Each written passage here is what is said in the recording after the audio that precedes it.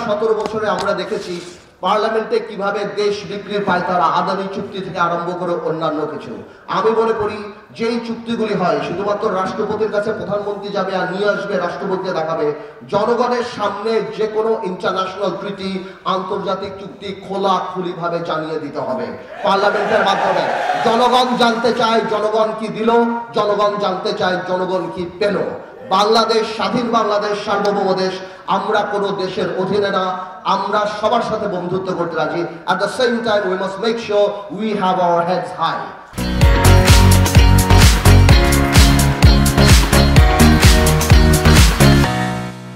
আমাদের মাথায় রাখতে হবে আমরা সসম্মানে জানি সবার সাথে সেই সম্পর্ক রাখতে পারি। কোনো স্বামী স্ত্রীর সম্পর্ক কারোর সাথে নাই, কোনো বড় ভাই ছোট ভাইয়ের সম্পর্ক কারোর সাথে নাই।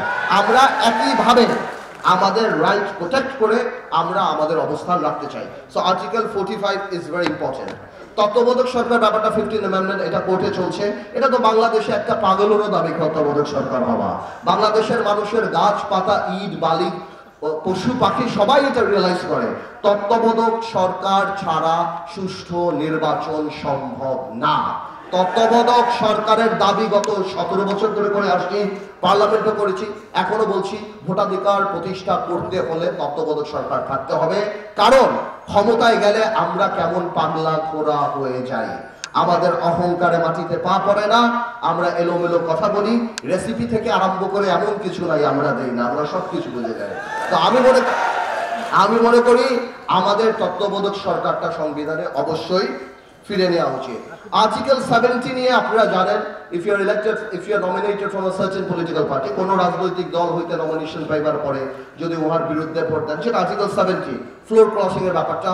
এর মধ্যে ভালো খারাপ অনেক কিছুই আছে, বিকজ বাংলাদেশে কিন্তু এমপি বিক্রির একটা প্রবণতা আমরা দেখেছি। স্পেশালি এরশাদ সাহেবের সময় আনোয়ার মঞ্জুর এমপি গুলি লাঙ্গল নিয়ে যখন যুদ্ধ হয়, সেই সময় কিন্তু আমরা এই জিনিসগুলো দেখেছি।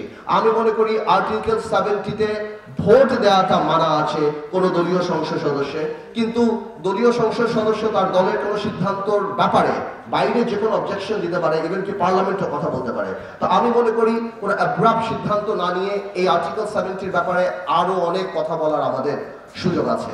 ওকে, সো এটা আমি মনে করি কোনো নির্বাচিত সরকারেরই সেটা করা উচিত। আরো কিছু কিছু ব্যাপার আছে, যেমন আর্টিকেল 75-এ আছে যে সংসদে যারা উপস্থিত থাকে ওই তাদের মধ্যে থেকে মেজরিটি দিয়ে আইন পাস করা হয়।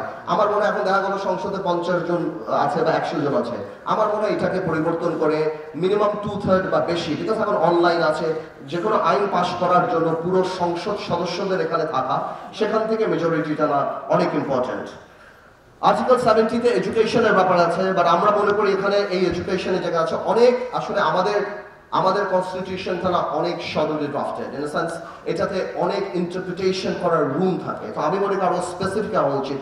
আর্টিকেল 70-তে লেখাপড়ার ব্যাপারে, শিক্ষার ব্যাপারে আছে। আমি মনে করি এখানে বাংলা, ইংলিশ, মাদ্রাসা, ধর্ম, গভর্নেন্স, এনভায়রনমেন্ট এবং ক্লাইমেট চেঞ্জ নিয়ে থাকা উচিত। We need to educate our children.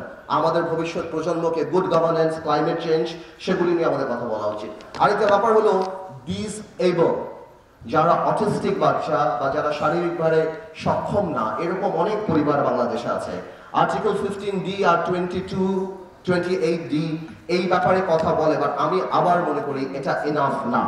যারা এখানে অটিস্টিক বাচ্চারা যারা আছেন বা যারা স্পেশাল কেয়ার প্রয়োজন, আমি মনে করি ওনাদেরকে রিহ্যাবিলিটেট করার জন্য সংবিধানে আরো ভালো, আরো স্পেসিফিক্যালি কিছু জিনিস থাকা দরকার।